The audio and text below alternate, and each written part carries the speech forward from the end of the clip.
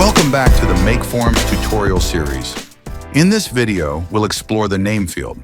The name field is one of the most essential form elements, used to collect a respondent's name. You can customize it to appear as a single box or separate it into first, middle, and last name sections.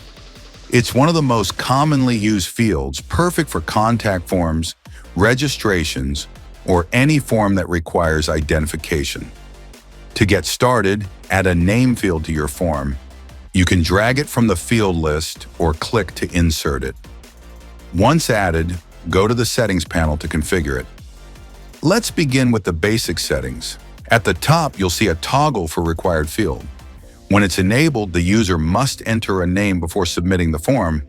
You'll also notice a validation drop-down appear below it. Here you can choose the type of input you want to allow: alphabets only, numeric, or alphanumeric. You'll also find the mark as unique field option. Available only in the single field layout, invisible when the required field toggle is turned on. Turn it on to make sure each submission has a distinct name. Once enabled, a box labeled error message for unique field will appear. Here you can write the message shown when someone enters a duplicate name. When a user tries to submit a name that already exists in your responses, the message will appear, preventing duplicate entries. Next, you'll find the split field option. By default, the name field appears as a single input box for the full name. When you turn on split field, it automatically divides into three parts: first name, middle name, last name. You can toggle off any section you don't need. For example, hide the middle name if it's not required. Each subfield can also have its own required setting. The next option is Placeholder Text.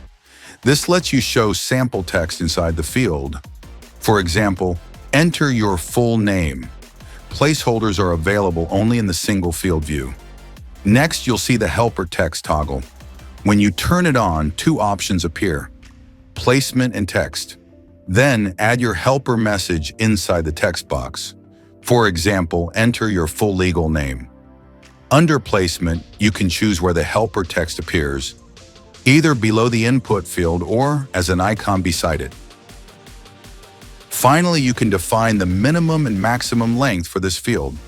This helps you control how short or long the entered name can be. Now let's move to the advanced settings. The repeater field lets users enter multiple values for the same field.